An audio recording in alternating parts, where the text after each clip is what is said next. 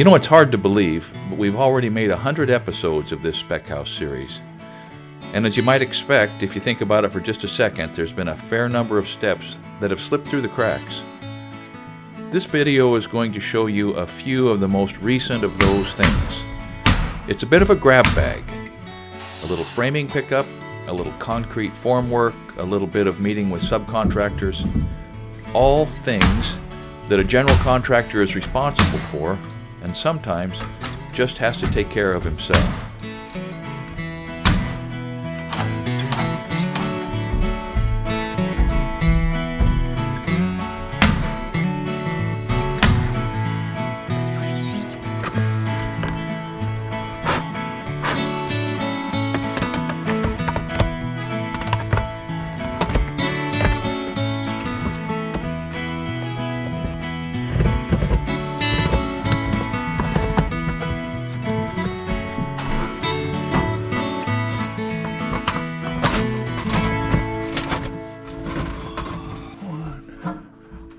There it is.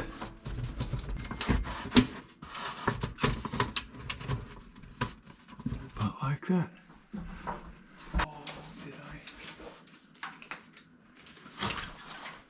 So I think I've got this thing installed. All it's carrying is light. I've got to go up top and run some screws through the dome to hold it in place. They have some screws with rubber grommets. And then this is flush. The drywallers will cut out the circumference. The trim package will clip in place and the diffusers will locate and be very permanent. And I think we're probably looking pretty good. Got one little point of interference right here. I had to block, this thing had to be blocked in to my way of thinking. And so the block has to be held off from the edge just a little so there's room for the little flapper to operate. But that should be fine. And so we're off to the races.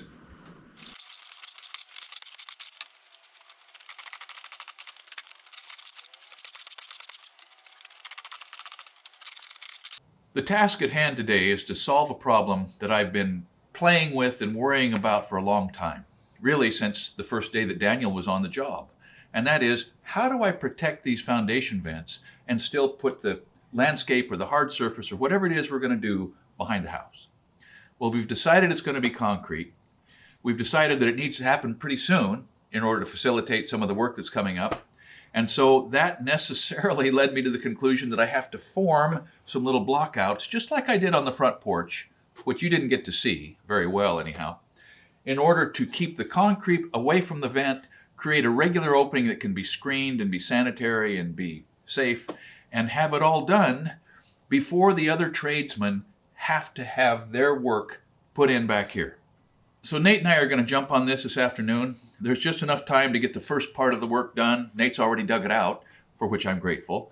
And once we have this taken care of, we're going to get everything lined up so that the painter, the drywall guy, the HVAC installer, and Dustin Furch, my concrete guru, can all do their work back here at the right time and in the right place with a minimum of complication and frustration.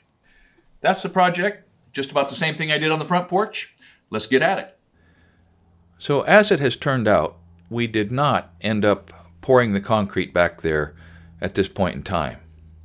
It's looking like that's going to happen after the painting and everything else is all done later in the spring.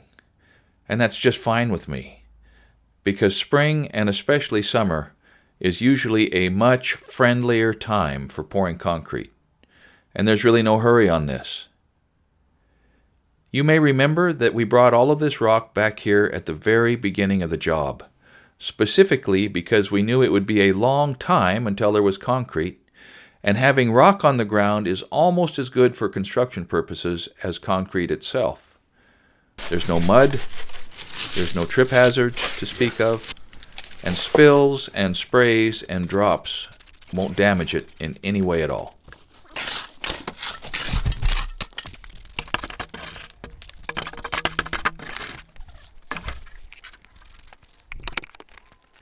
The opening I'm building here is an attic access inside the master closet.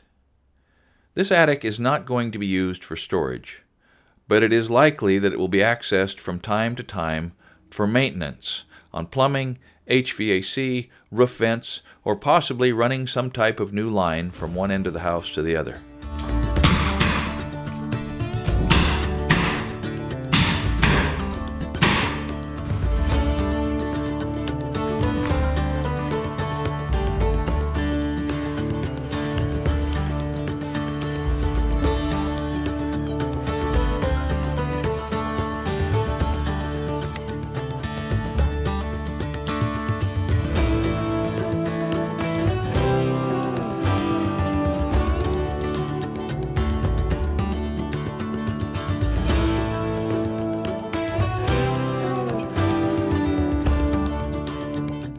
It's important anytime you have a transition between an upstairs wall by the edge of a floor system down to a downstairs wall that you make sure it's in a plane. Because if these walls are not planing with each other, you're going to have a nasty hump right at the belly band, right at the top of wall elevation, all the way around this foyer. It'll always be ugly. Even a good drywaller can't fix it. So take a little extra time to make sure you're flat anytime you transition between a wall system to a floor system to a wall system.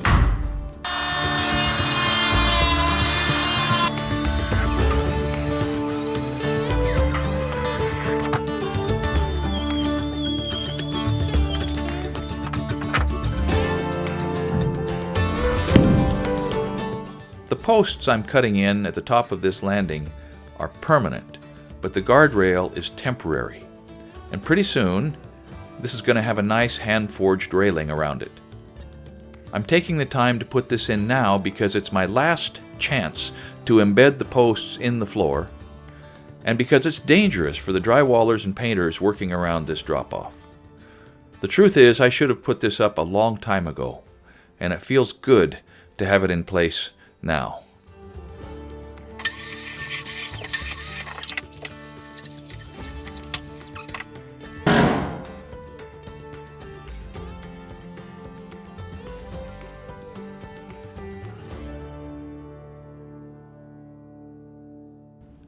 The last thing you're watching here is me moving through the house with my drywall contractor, Jim Allen.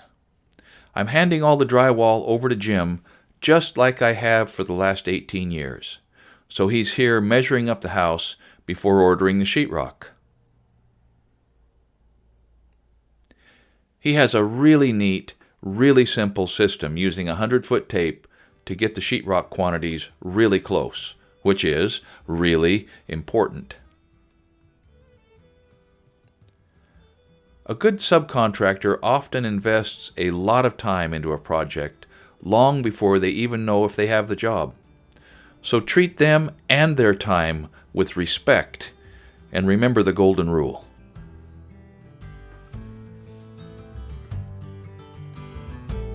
Thank you for watching Essential Craftsman, and keep up the good work.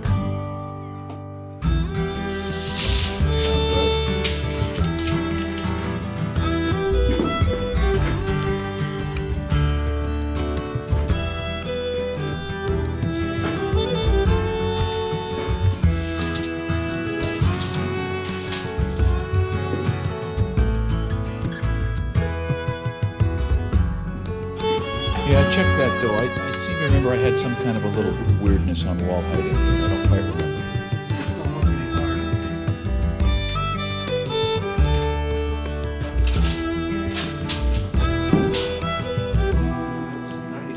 Okay.